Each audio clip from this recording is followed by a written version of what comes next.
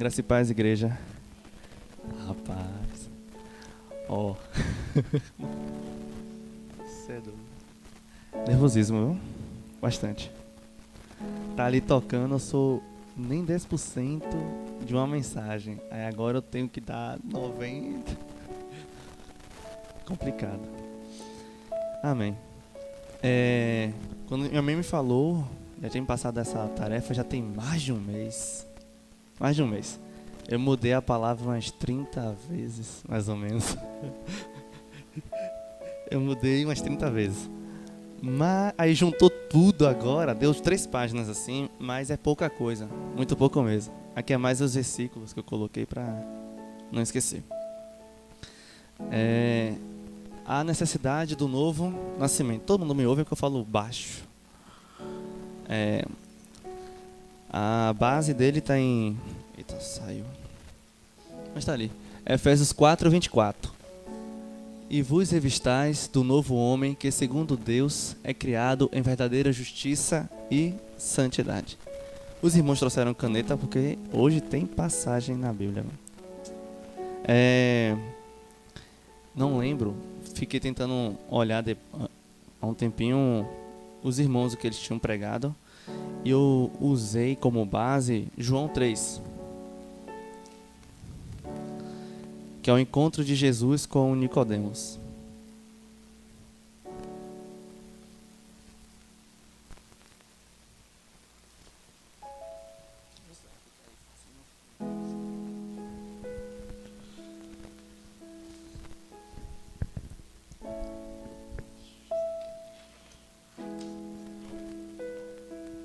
A gente é forte, nervoso também.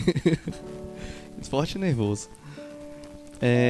A leitura será do João 3, do 1 ao versículo 12. Já é João 3, do 1 ao 12. Todos abriram? Amém. Eu lerei, os irmãos acompanham. A versão de Josué, eu acho que é NTLH, mas... o encontro de Jesus com Nicodemos. Havia um fariseu chamado Nicodemos, uma autoridade entre os judeus. Ele veio a Jesus à noite e disse: Mestre, sabemos que ensinais da parte de Deus, pois ninguém pode realizar os sinais milagrosos que está fazendo, se Deus não estiver com ele. Em resposta, Jesus declarou: Digo a verdade, ninguém pode ver o reino de Deus se não nascer de novo. Perguntou Nicodemos: Como alguém pode nascer sendo velho? É claro que não pode entrar pela segunda vez no ventre de sua mãe e renascer. Respondeu Jesus: Digo a verdade, ninguém pode entrar no reino de Deus se não nascer da água e do Espírito. O que nascer da carne é carne, mas o que nasce do Espírito é Espírito. Não se surpreenda pelo fato de eu ter dito: é necessário que vocês nasçam de novo. O vento sopra onde quer, você o escuta, mas não pode dizer de onde ele vem e nem para onde vai. Assim acontece com os nascidos do Espírito. Perguntou Nicodemos: Como pode ser isso? Disse Jesus: Você é mestre em Israel e não entende essas coisas? Asseguro que nós falamos do que conhecemos e testemunhamos do que vimos. Mas, mesmo assim, vocês não aceitam o nosso testemunho. Eu falei das coisas terrenas e vocês não creram. Como crerão nas coisas do céu? Ninguém jamais subiu ao céu, a não ser aquele que veio do céu, o Filho do Homem. Da mesma forma como Moisés levantou a serpente no deserto, assim também é necessário que o Filho do Homem seja levantado, para que todo que nele crê tenha a vida eterna. Só tem. Esse diálogo de Jesus com Nicodemos tem muita coisa para a gente discorrer. Eu acho que eu só vou demorar 10 minutos. Antes de tudo aqui, quem era Nicodemos? A Bíblia ela não fala muito de quem era Nicodemos.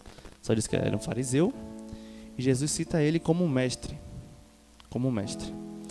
E a gente não sabe a conduta e a vida de Nicodemos, mas como ele era mestre, a gente conhece um outro mestre dos fariseus que se converteu e a gente consegue ter uma conduta similar e uma forma de pensar similar, que era Paulo.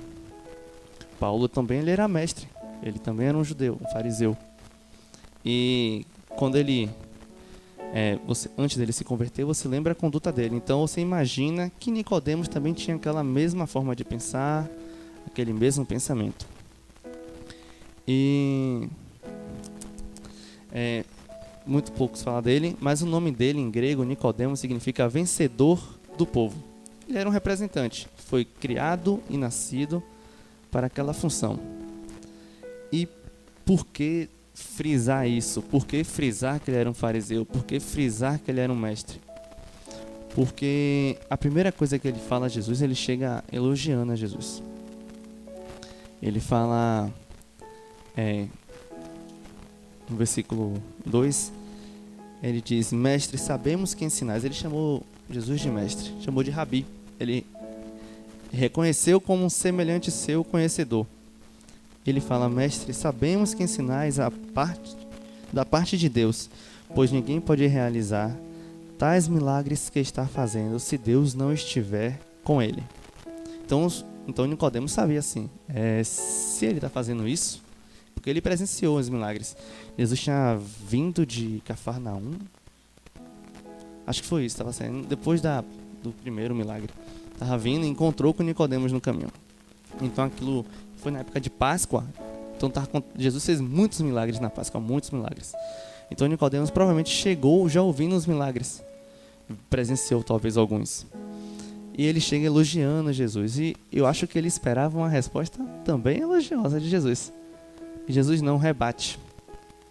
Ele fala isso e Jesus fala: digo a verdade, ninguém pode ver o reino dos céus se não nascer de novo. E aí ele continua falando e Jesus joga de novo. Ele fala e Jesus discorre em cima dele. E aí fica nessa, nascer de novo, nascer de novo, nascer de novo. E o que é nascer de novo? Irmãos, foram quase 10 pregações sobre isso. O que é nascer de novo? Alguém pode dizer? O que é nascer de novo?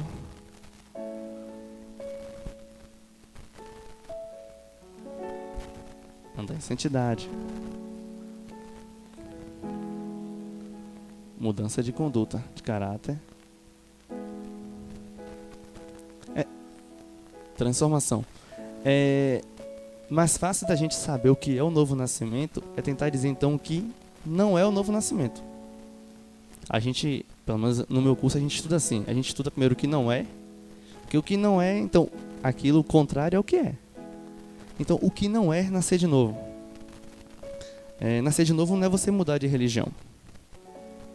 Nascer de novo não é só você descer as águas. Nascer de novo não é você parar de beber, parar de fumar, parar de conversar com pessoas impuras. Nascer de novo é isso aí. É andar em santidade, uma mudança de conduta, uma mudança de caráter, uma transformação. Bora devagar, porque senão a gente vai falar tudo. Vou ter muita coisa. Desde o princípio, você vê Deus ele querendo gerar um novo nascimento.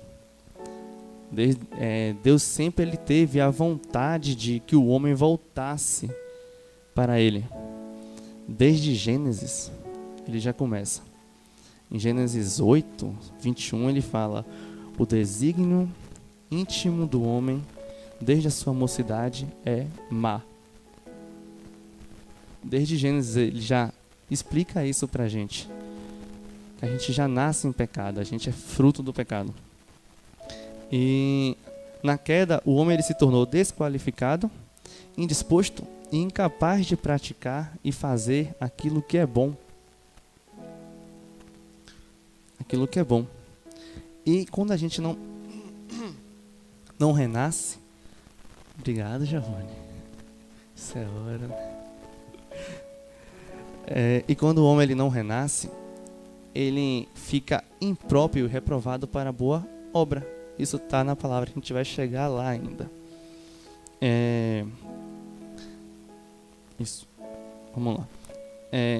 Fatos que provam que o homem já nasce em pecado. Davi, quando ele ora a Deus pelo pecado que ele tinha cometido, Ele fala em Salmos 51:5, nascido em iniquidade e concebido em pecado. Várias vezes na Bíblia você vê discorrer sobre isso. O homem é um transgressor desde o ventre materno. Isso está em Isaías 48:8. Desviam-se os ímpios desde a sua concepção, nasce e já desencaminham, proferindo mentiras. Salmos 58:3. O mal é o desígnio do coração do homem desde a sua mocidade. Gênesis 8:21. Ele pode ser civilizado, educado, sofisticado e religioso, mas no coração é desesperadamente corrupto. Jeremias 17:9.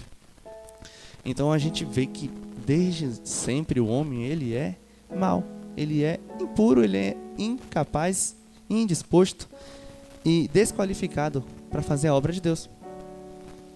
E desde o início, Deus ele quer trazer. E o porquê de Jesus bater tanto isso em Nicodemos? Porque Nicodemos é um conhecedor da palavra. Ele sabe que ele nasceu impuro. Ele sabe que ele nasceu incauto, porque ele conhece esses textos mais do que os outros hebreus da época, até porque ele era mestre. Então Jesus ele rebate várias vezes a mesma passagem com ele por conta disso. Olha, foi a primeira.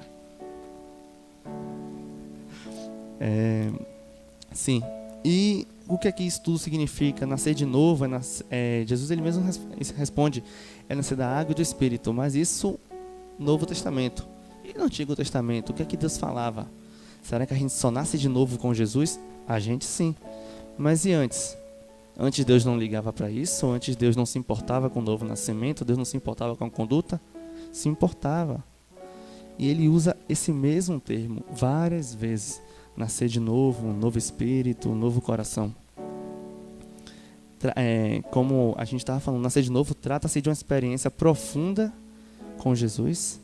E não é uma mera mudança de religião, não é uma mera mudança de conduta. Porque uma coisa é você mudar quando todo mundo viu a sua falha. Eu errei aqui, todo mundo viu. Então, deixa eu consertar. Outra coisa é você reconhecer aquela sua falha e querer mudar aquela sua conduta. Então, aí gera a ideia do novo nascimento, que Deus tanto preza. Deixa eu comentar aqui. Muita gente pensa que Deus está preocupado com religiões, mas as pessoas estão enganadas, pois a vontade de Deus é a comunhão com as suas criaturas inteligentes. Nós somos as criaturas inteligentes de Deus. Deus ele se preocupa com a comunhão com a gente, com a comunhão, nós, povo, que ele criou pensante para adorar, e ele. Foi de Deus a iniciativa de comunicar com Adão logo após sua queda. Deus sabia que Adão já tinha pecado. Porque ele chamou Adão, Adão não respondeu, e Adão sempre respondia. Ele fala, Adão, eu vou ler para não falar errado, ensinar uma cena errada. Em Gênesis 3, versículo 8-10, ouvindo o homem e sua mulher os passos do Senhor Deus, que andava pelo jardim quando soprava a brisa do dia, esconderam-se da presença de Deus entre as árvores do jardim. Mas o Senhor chamou o homem perguntando, onde você está? Deus, quando ele viu, ele poderia ter ido. Ele é o poderoso, ele não precisa do homem. Mas ele sempre quis ter essa intimidade, tanto é que ele criou o homem para isso. E ele respondeu, ouvi teus passos no jardim e fiquei com medo, porque estava nu, por isso me escondi. Então, Deus ele vai atrás. Quando Deus mandou Moisés levantar o tabernáculo, ele manifestou o desejo de habitar no meio do povo. Deus não tinha necessidade disso.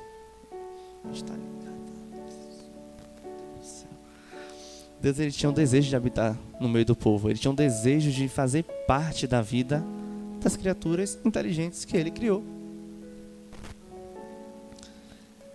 E como essas tentativas que ele tentou várias vezes criar essa comunhão não deram certo a longo prazo, ele se assumiu em forma humana e habitou entre nós. Então, e o verbo se fez carne e habitou entre nós. Foi a forma extrema de Deus falar, eu quero criar essa comunhão, eu quero criar esse novo nascimento. A Bíblia ela ensina e a experiência humana confirma que todos os seres humanos estão mortos em ofensas e pecados. Efésios 2, 1 diz: E vos vivificou, estando vós em ofensas e pecados. Todos pecados e destituídos estão da glória de Deus. Todo mundo está me ouvindo? É que eu estou baixando e sumindo. Eu vou entrar aqui de baixo. Todos pecaram e destituídos estão da glória de Deus. Isso é fato. Todo mundo sabe disso. E como é que a gente tenta mudar isso? Através do novo nascimento. Sim, e o que é o novo nascimento? Não é batismo, não é ir para a igreja. O que é o novo nascimento? A gente não sabe o que é o novo nascimento. Não sabemos.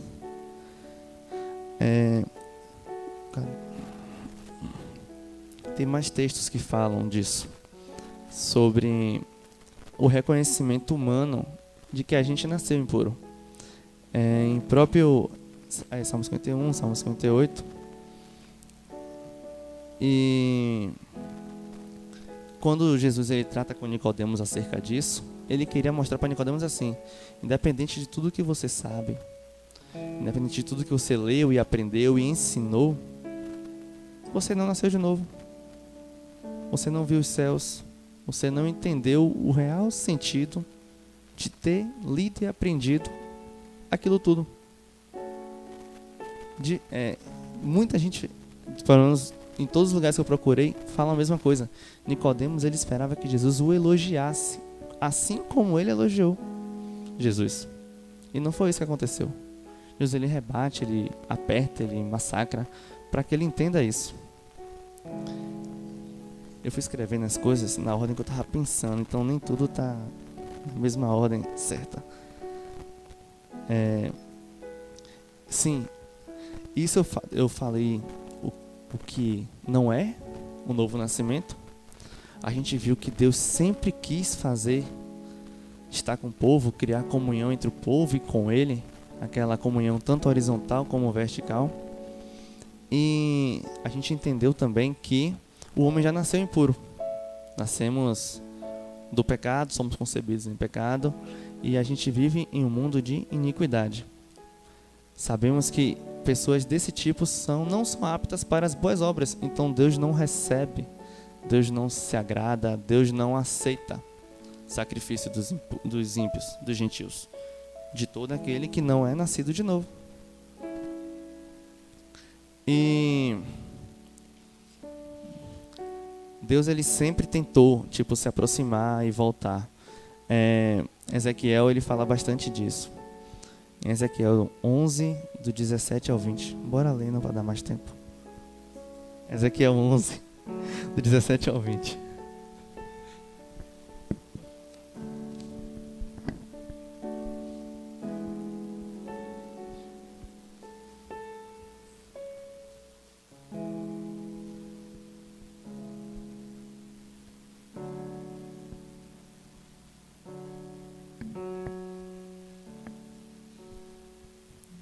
Todos abriram? Ezequiel 11, 17 a 20. Portanto, dize: assim diz o Senhor Deus: hei de ajuntar-vos do meio dos povos, e vos recolherei das terras para onde fostes lançado, e vos darei a terra de Israel. E virão ali, e tirarão dela todas as coisas detestáveis e todas as suas abominações. E lhes darei um só coração e um espírito novo porei dentro deles, e tirarei da sua carne o coração de pedra que lhes e lhes darei um coração de carne, para que andem nos meus estatutos e guardem os meus juízos e os cumpram, e eles me serão por povo e eu lhes serei por Deus. Na próxima página, em Ezequiel 18, do 30 ao 32. Ele diz: portanto, eu vos julgarei cada um conforme os seus caminhos, ó casa de Israel, diz o Senhor Deus. Tornai-vos e convertei-vos de todas as vossas transgressões, e a iniquidade não vos servirá de tropeço.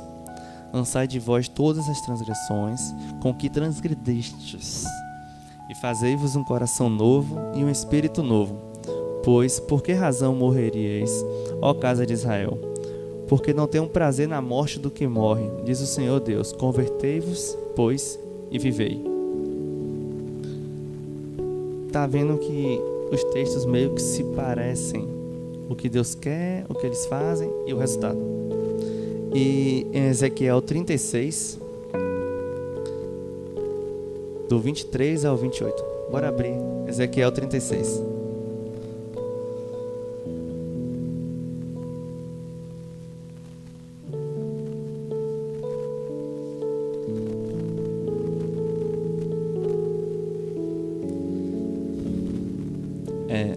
Ezequiel 36, do 23 ao 28. E eu santificarei o meu grande nome, que foi profanado entre os gentios, o qual profanaste no meio deles. E os gentios saberão que eu sou o Senhor, diz o Senhor Deus, quando eu for santificado aos seus olhos. E vos tomarei dentre os gentios, e vos congregarei de todas as terras, e vos trarei para a vossa terra. Então aspergirei água pura sobre vós, e ficareis purificado. De todas as vossas imundícias e de todos os vossos ídolos vos purificarei, e dar-vos-ei um coração novo, e porei dentro de vós um espírito novo, e tirarei da vossa carne o coração de pedra, e vos darei um coração de carne, e porei dentro de vós o meu espírito, e fareis que andeis nos meus estatutos, e guardeis os meus juízos, e os observai. E habitareis na terra que eu dei a vossos pais, e vós sereis o meu povo, e eu serei o vosso Deus. Esse último texto aqui, ele está fazendo uma alusão a Jesus, que é algo que eles ainda não aconteceu e está acontecendo agora, no tempo. Mas nos 3 textos a gente consegue ver o seguinte: o povo está em pecado, o povo está errado. Quando você pega o contexto de Israel nessa época, Israel até estava oferecendo sacrifícios para Deus, estava trabalhando em prol da obra, mas era um trabalho de pessoas sujas, de pessoas impuras que não nasceram de novo. E Deus, como a gente já viu, não recebe. Deus não recebe a boa obra de quem está impuro. Em Mateus, ele fala que como pode uma árvore boa dar um fruto ruim, ou uma árvore ruim dar um fruto bom? Não convém, não condiz, não faz sentido. E a Bíblia, ela faz sentido. A Bíblia, ela é lógica. Então a gente percebe que a primeira parte, Deus, o povo, ele está afastado tanto de Deus como do próprio povo. Que os 3 textos ele falam sobre: vos congregarei, vos ajuntarei, tirarei de onde vocês estiverem. Então, primeira coisa, Deus quer que a gente esteja próximo, estejamos unidos. Não é bom que o homem esteja só. É melhor serem 2 do que 1. Um cordão de 3 dobras é mais resistente. Então, Deus, ele sabe que a comunhão, ela é importante, tanto para o individual como para o coletivo. Então, a primeira coisa, o povo está longe, afastado. Deus quer juntar.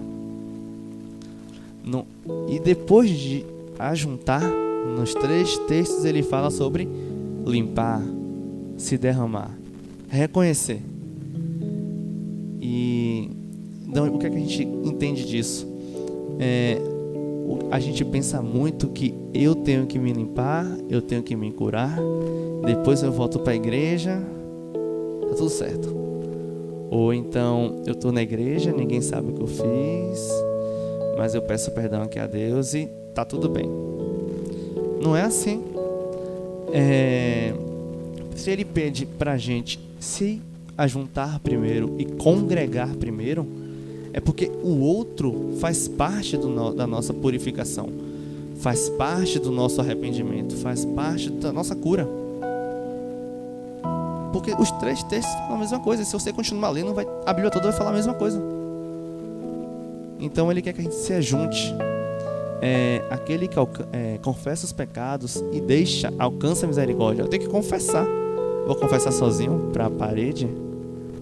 Para Deus? Ele já sabe o que eu fiz. Não preciso confessar para Ele. Eu tenho que confessar para alguém, porque eu preciso sentir aquela vergonha. Eu preciso entender o peso das minhas iniquidades é algo ruim. Eu tenho que entender que aquilo realmente externar é feio. E aí, com o outro me entendendo e me aceitando, eu vou alcançar a misericórdia que Deus fala. Então, o povo estava afastado, Deus junta o povo.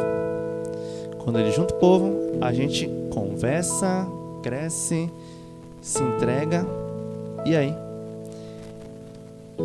Então aspergirei água pura sobre vós, e ficareis purificado. Então, tudo isso é para que a gente seja limpo, que a gente venha a ser sarado, que a gente não venha a sentir o peso daquele pecado antigo, ou da antiga, algo novo também. Não precisa ser antigo, pode ser de ontem, mas ele, depois disso, depois de você se derramar, depois de você reconhecer, confessar, conversar com o outro, você não consegue conversar com o outro se você não estiver próximo. Viu como uma coisa está muito atrelada à outra. De todas as vossas imundícias e de todas as vossas vidas vos purificarei, e dar-vos-eis um coração novo, e porei dentro de vós um espírito novo. Então, é depois disso tudo que a gente vai ter esse coração novo, esse espírito novo.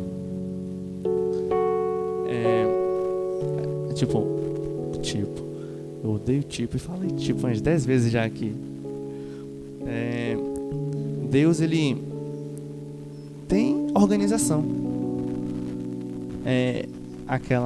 Eu nunca me atentei a isso, e o pastor falou uma vez, ide, ensinai e batizar. Não é ensinar e batizar, é batizar e ensinar. Deus tem uma ordem para as coisas. A ordem atrapalha tudo. Imagine se Deus tivesse que dar primeiro o coração puro para depois eu me arrepender e procurar meus irmãos e voltar para a igreja. Não é isso. Ele já deixou a ordem como Ele quer que se faça as coisas. E a recompensa: porei dentro de vós o meu espírito, e fareis que andeis nos meus estatutos, e guardeis os meus juízos e os observeis. E habitareis na terra que dei a vossos pais, e vós sereis o meu povo, e eu serei o vosso Deus. No outro fala, para que antes dos meus estatutos se guardem meus juízos e os cumpram, e eles me serão por povo e eu lhes serei por Deus. No outro fala, porque não tenho prazer na morte do que morre, diz o Senhor, convertei-vos, pois, e vivei. Deus, Ele quer fazer isso tudo para que a gente viva, continue crescendo, continue aprendendo.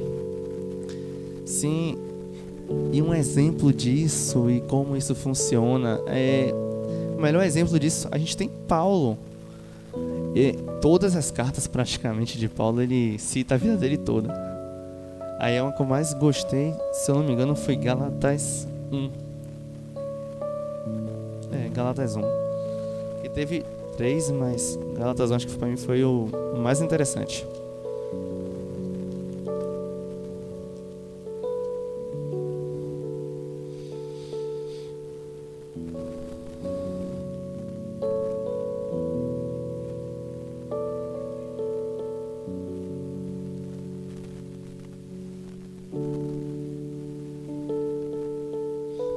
Posso achar? Gálatas 1, a partir do versículo 11. É bem curtinho, os outros são muito grandes, aí eu preferi esse. Mas ele diz assim: irmãos, quero que saibam que o evangelho por mim anunciado não é de origem humana. Não recebi de pessoa alguma e nem me foi ele ensinado. Ao contrário, eu recebi de Jesus Cristo por revelação. Vocês ouviram qual foi o meu procedimento no judaísmo? Como perseguia com violência a igreja de Deus, procurando destruí-la? No judaísmo eu superava a maioria dos judeus da minha idade, e eu era extremamente zeloso das tradições dos meus antepassados. Você consegue entender aí que ele conhecia isso aqui. Ele entendia isso aqui tudo. mais que todo mundo, porque ele falou que ele era o melhor entre os judeus da idade dele. Então ele tinha isso aqui de coisa salteada, ele sabia Ezequiel todo, porque os judeus, os fariseus, eles sabiam todos os profetas. Tanto é que eles brigavam com Jesus, porque Jesus não era profeta. Eles falavam para Jesus: você não é profeta, porque profeta era esse. O profeta falava isso. Então eles sabiam dos profetas, eles sabiam que todos os profetas falavam, com toda a certeza do mundo. E continuando: mas Deus me separou desde o ventre materno e me chamou por sua graça, quando lhe agradou. Tipo, Deus deixou ele viver, e quando foi da vontade de Deus, ele o chamou. Cadê? Me chamou, que lhe agradou. Revelar o seu filho em mim, para que o anunciasse entre os gentios. Não consultei pessoa alguma, tampouco subi a Jerusalém para ver que já eram apóstolos antes de mim. Mas de imediato parti para a Arábia e voltei para Damasco. Ele começa a falar sobre as suas peregrinações no começo da carta. Mas a gente consegue ver que ele passou pelos estágios. Quando você lembra da história de Paulo, ele já tinha entendido a palavra, mas assim como Nicodemos, que era um mestre também, não era nascido. Deus não tinha as práticas dele como bom, não aceitava como boas obras. E a gente lembra da história de Paulo. Ele teve um encontro, ele estava longe, desgarrado, e teve uma comunhão logo com Jesus. Mas teve um encontro, tem que ter um encontro. E depois do encontro, ele teve que esperar, conhecer outras pessoas. Eu não lembro mais de nome, porque eu sou terrível com nomes. Mas ele teve que aguardar o profeta chegar, um discípulo chegar para conversar com ele, e assim ele ser curado. Depois ele foi ter com Pedro, e nisso tudo você percebe que, mesmo talvez sem ele lembrar dos textos, os passos foram seguidos. Ele teve que, estava afastado, teve que ter uma comunhão, teve que ter um arrependimento. Assim, ele recebeu um coração novo, um espírito novo, e a partir disso ele começou o seu ministério. E lá em João 3, quando Jesus fala várias vezes sobre o Espírito, esse Espírito novo, esse coração novo é para a obra. Um coração novo é para que você tenha o que a gente chama de empatia, entender o próximo, aceitá-lo, ajudá-lo, fazê-lo crescer. E o Espírito novo é como o sol do vento. Você não sabe de onde veio, você sente, mas não sabe para onde ele vai depois. Ele pode ter vindo de cá, bateu em mim, foi para frente. Veio de cima, bateu, foi para o lado. Você não sabe de onde ele vem, não sabe para onde ele vai. E assim são as pessoas nascidas de novo. Ela pode estar aqui pregando para você, amanhã ela pode estar na rua pregando para outra pessoa, amanhã ela pode estar sentada lá de Kel. Então você não sabe, você fica à mercê de Deus, à mercê do Espírito Santo. Você é levado para onde Ele quiser que você vá. É isso que é uma pessoa nascida de novo. É aquela pessoa que entendeu o seu propósito e é levada e guiada por Deus de maneira simples. É isso. Uma pessoa que ela vivia em pecado, em comunhão, reconheceu a sua falha. Deus assim o purificou, o deu um coração novo, o deu um espírito novo, e a partir disso ele vai praticar a boa obra, aquela que é aceita por Deus. Deixa eu só... Um livro que eu gostei muito de ver quando eu estava procurando foi Tito, porque Tito é praticamente sobre isso. Tito é pequenininho, só tem 3 capítulos, mas é praticamente sobre isso. Deixa eu só ver se é esse texto que está aqui marcado.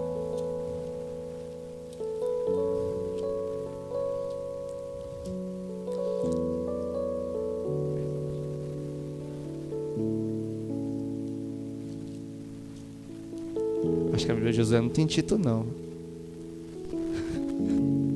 Achei. É que a dele só é uma página só, nunca foi aberta.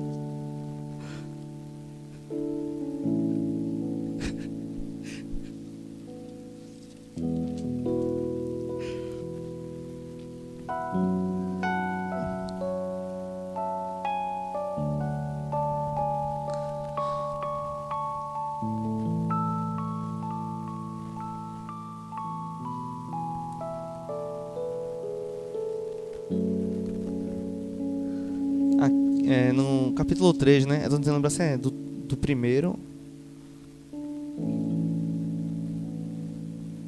Não, do versículo 3 mesmo. Tito 3, do 3 ao 7. Ele fala: houve um tempo em que nós também éramos insensatos e desobedientes. Vivíamos enganados e escravizados por toda espécie de paixões e prazeres. Vivíamos na maldade e na inveja, sendo detestáveis e odiando uns aos outros. Aqui a gente era terrível. Queria só estar longe, porque se você odeia, você não quer estar perto. Você queria estar afastado de todo mundo. E você já nasceu impuro, porque isso é comum a todo mundo. Algo que é comum a todo mundo é porque acompanha desde o nascimento. Todo mundo aqui nasceu. Todo mundo aqui cresceu. Então se ele falar que houve um tempo em que nós também éramos, então todo mundo era. Mas quando, da parte de Deus, nosso Salvador, se manifestaram a bondade e o amor pelos homens, não por causa de atos de justiça, pois nós praticados, que é aquilo. Deus não aceita a obra do impuro. Então, por mais que aquele impuro, aquela pessoa que era insensata, desobediente, ajudasse o próximo, ajudar o próximo já foi redundante, mas ajudasse o próximo, levasse as pessoas para a igreja, hoje, né? Levasse alguém para a igreja, desse dinheiro para um necessitado, uma comida, fizesse ações sociais, isso não valeu de nada, porque Deus não aceita a obra do insensato, do impuro, do errado. Não por causa de atos de justiça por nós praticados, mas devido à sua misericórdia, Ele nos salvou pelo lavar regenerador e renovador do Espírito Santo. Então a gente foi limpo, foi curado por Ele, que Ele derramou sobre nós generosamente por meio de Jesus Cristo, nosso Salvador. Ele o fez a fim de que, justificados por sua graça, nos tornemos seus herdeiros, tendo a esperança da vida eterna. Fiel a esta palavra, e quero que você afirme categoricamente essas coisas, para que os que creem em Deus se empenhem na prática das boas obras. Então, agora sim, você faz boa obra. Deus, Ele te limpou, você está com um coração puro, um espírito novo. Então sim, a boa obra agora ela é aceita. Você não vai usar aquilo para se elevar, mas Deus agora vai se agradar daquilo. Porque se eu estou com a vida pregressa e eu tenho essa mania, eu sempre ficava com R$5, R$6 na mão. Se alguém me pedisse, eu comprava um lanche e dava. Mas eu impuro, eu estou agradando só o mendigo, só quem está pedindo a comida. Só estou agradando a ele e meu coração e meu ego, porque eu não estou com a vida que condiz para aquilo surtir efeito no coletivo. O que eu vou fazer isso? Eu chego aqui, Marlon, eu dei um lanche ali pro mendigo. E você? Entendeu? O fato de eu falar já estou errado. Então como é que eu vou ganhar alguma coisa em cima disso? A partir do momento que eu estou limpo, que eu estou purificado. Porque eu fazer aquilo não só beneficia ele, ao meu ego, mas pode me ajudar espiritualmente. Crescimento que é o principal. Fiel esta palavra, para que cresça nas boas obras. Tais coisas são excelentes e úteis aos homens. Evite, porém, controvérsias tolas, genealógicas, discussões contendo a respeito da lei. Aí ele vai falando, né? Porque essa é uma passagem que ele fala daquela parte sobre respeitar os seus governantes, então não condiz muito com o que a gente está falando. Mas o que interessa pra gente é isso. Repare, onde você abrir na Bíblia, vai estar sempre assim.